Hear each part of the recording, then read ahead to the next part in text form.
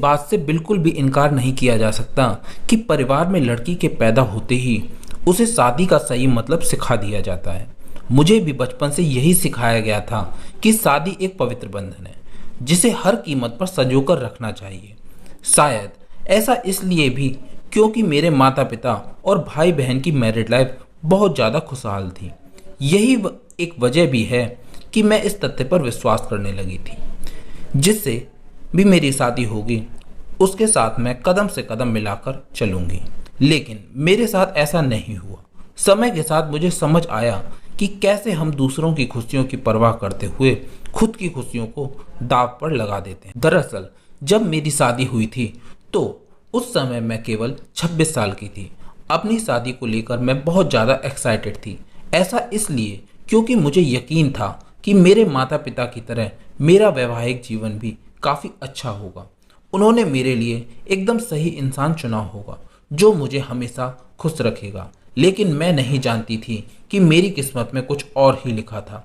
शादी से पहले मैं अपने होने वाले पति से 1 से 2 बार ही मिली थी। वह काफ़ी शर्मीला और शिष्ट था।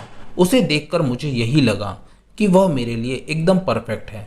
मैं अपने फैसले से काफ़ी ज़्यादा संतुष्ट थी। मेरे पिता ने भी मेरी शादी बहुत अच्छे से की थी। लेकिन शादी की पहली रात मेरे साथ कुछ ऐसा हुआ जिसने मेरी ज़िंदगी को बुरी तरह से हिला कर रख दिया। सभी जानते हैं कि शादी की रात कितने मायने रखती है। इस अनुभव को यादगार बनाने के लिए मैंने खुद को तैयार कर रखा था। मेरे पति अंदर आए, बैठे और मुश्किल से कुछ ही मिनट मुझसे बात की। उन्होंने यह कहकर बात खत्म कर दी कि वह थक गए हैं।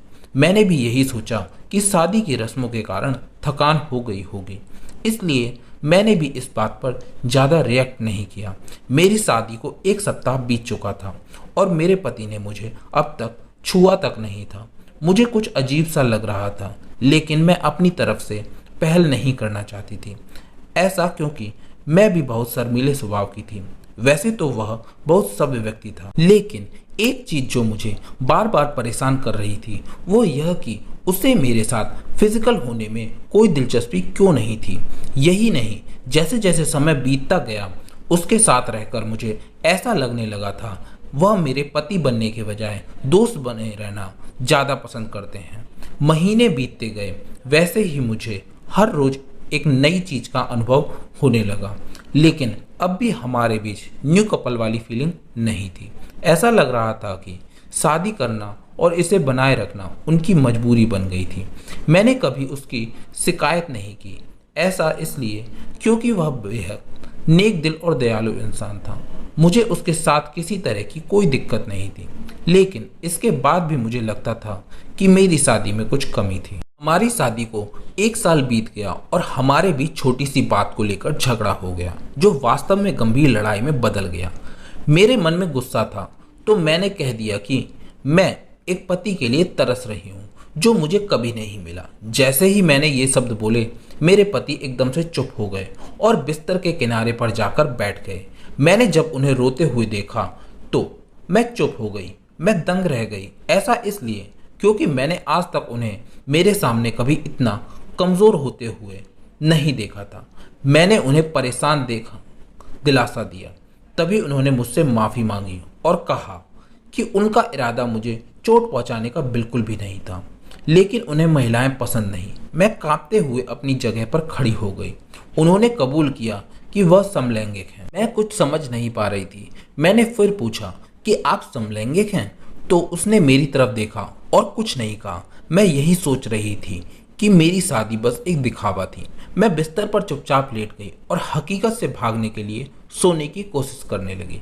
लेकिन मैं अच्छे से जानती थी कि यह सपना नहीं। मेरे पति पुरुषों को पसंद करते हैं।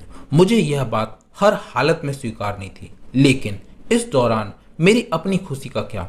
मैंने अपनी खुशी की परवाह ना किए बगैर उनके साथ जीवन भर शादी का ढोंग रचाने का फैसला किया। हालांकि मुझे धोखा देने के लिए उन्होंने मुझसे माफ़ी मांगी।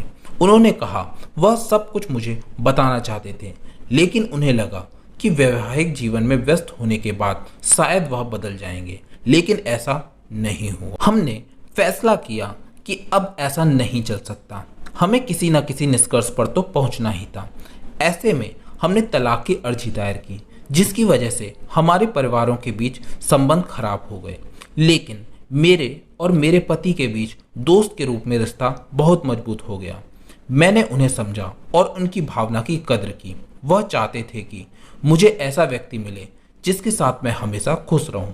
हमारा यह कदम उन बंधनों से मुक्त करने के लिए जरूरी था जो हमें दुखी और अधूरी शादी में जोड़े रखना चाहते थे। लेकिन मुझे खुशी है कि हमने समाज की परवाह नहीं की, बल्कि अपनी खुशी के बारे में सोचा। सच कहूं तो आज मैं बेहद खुश हूँ। दोस्तों, आपको ये कहानी कैसी लगी कमेंट सेक्शन में ज़रूर बताइए। अगर कहानी अच्छी लगी हो तो वीडियो को लाइक और शेयर कीजिए और ऐसी ही कहानियाँ और पाने के लिए चैनल को सब्सक्राइब कीजिए और बेल आइकन को दबा के ऑल पर सेट करना मत भूलिएगा। तो फिर मिलते हैं नेक्स्ट वीडियो में। Till then take care and keep smiling.